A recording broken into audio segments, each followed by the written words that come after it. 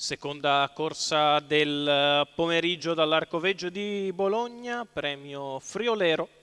Sono 11 cavalli di 3 anni al via a reclamare per 8.000 euro, doppio chilometro e prova riservata ai gentleman.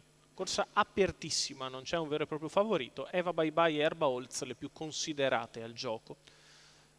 Autostart si mette in movimento, all'1 Eraclea Mail Giovanni Ghirardini, 2 Eastwood B Michela Rossi, 3 Eva Bye Bye Alessandra Davide, 4 Ele Lamborghini Filippo Monti, 5 Vita Spritz Stefano Lago, 6 Elettrica VPG Michelotto, in seconda fila 7 Emily SSG Andrea Venezia, 8 Esotica Sì Carlo Ballotta, 9 Erba Holz Matteo Zaccherini, 10 Elva Jet Patrick Romano, 11 Escobar Jet Rebecca Dami.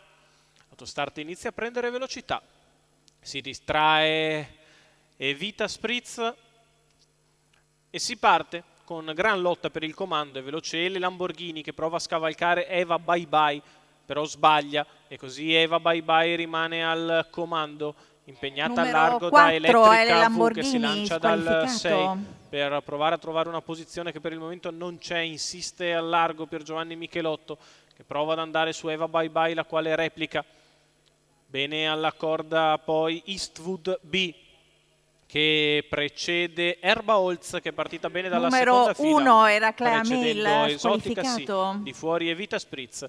Insiste e tende a passare Elettrica V dopo 400 metri in 29,4. C'è stata ovviamente grande spesa dal 6 per passare a condurre, ma Pier Giovanni Michelotto è riuscito nel suo intento. Se ne vanno 600 metri in 44,8. Rimane in seconda posizione Eva Bye Bye che precede Eastwood B, poi Erba Holz, mentre prova a muoversi Escobar Jet dalle retrovie, trova l'anticipo da parte di Erba Holz, 1 minuto e 2 decimi per gli 800 metri iniziali, con a battistrada Elettrica V che prosegue al comando, Eva Bye Bye nella sua scia, di fuori Erba Holz, rimasta in terza corsia Escobar Jet, al quale viene durissima. Passaggio davanti alle tribune, la mossa di Eva Bye Bye dalla scia di Elettrica V.